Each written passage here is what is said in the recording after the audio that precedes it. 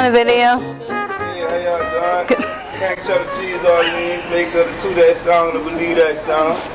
It's the full travels with your host, Brittany Cherie. Won't you come travel with me? Okay, thanks. Bye. So today my crew and I are braving a tour of the haunted hotel right here in the French Quarter. Which one? The haunted hotel.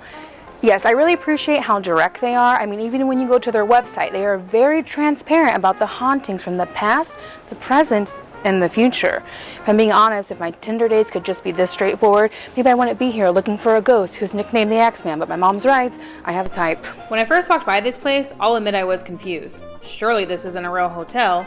But after a quick Google search, I found out that this is a spooky 1829 lodging with a murder theme. Score! Since 1829, this building has been home to about a dozen murders. Now, I understand when you're a traveler, you usually look for a hotel with maybe a 4-star rating or higher. I personally look for my lodging to have a 10 body count or higher, but I just think that makes it more fun. Now, you look outside of here, it's ominous, it's sketchy, but don't get me wrong. All you have to do is get past this very scary alleyway.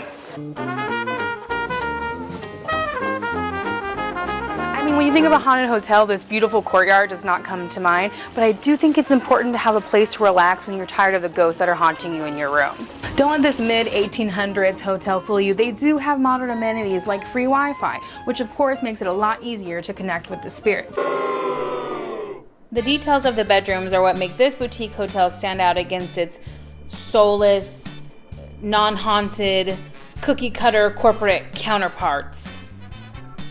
You know, after reading a bunch of the reviews on this place, and they have over a 99% positive review rating, I can see why. I mean, they truly care whether or not their guests get murdered. You can't get that kind of hospitality at the Motel 6.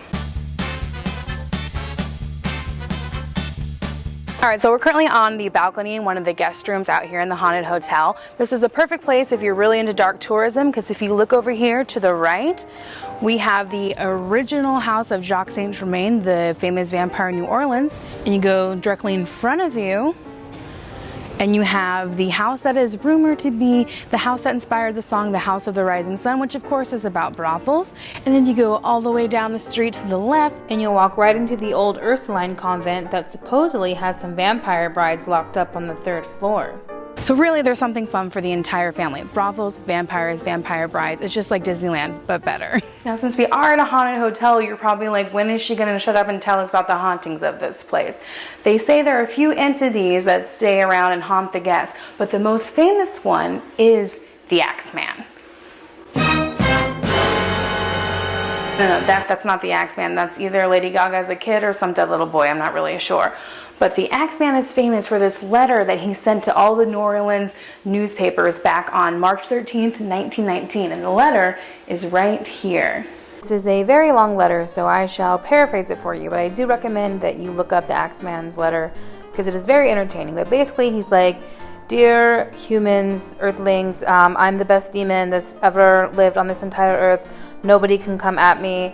I can kill whoever I want, and you're lucky that I've decided to bestow like some mercy on you because I've decided that on March 19th, 1919, if everybody just plays some jazz music, then I won't kill them. But if you're not playing jazz, then I will kill you so hard, so hard, it'll hurt, and it'll be with your own axe.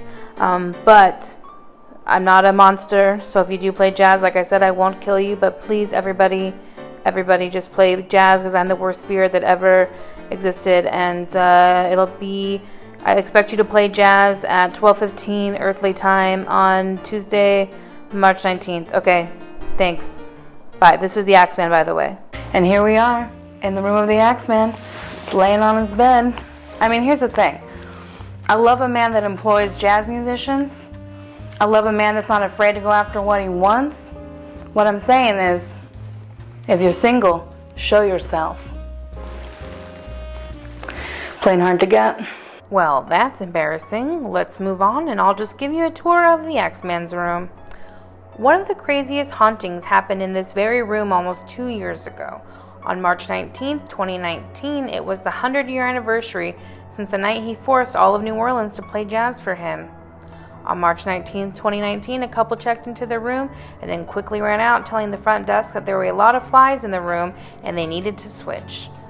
Of course, the front desk was confused because they knew the room was clean and there couldn't be that many flies, bunch of drama queen tourists. But when he went to check it, there were in fact hundreds of flies, and they weren't flying all around the room. They were just buzzing around the part of the room where the Axeman lived. It makes you wonder, does the ghost of the Axeman smell? Maybe he should try some Axe body spray. Okay, I'll stop. But when you book your stay at the haunted hotel, make sure to request the Axeman's room because the bed is actually quite comfy. Well, I hope you enjoyed this tour of the haunted hotel. The sun is about to set, which means my crew and I will not be sticking around to see if the Axeman comes out because you know what? I ain't ready to die. Okay, bye. And thank you. Oh. It's the Full Travels with your host, Brittany Cherie.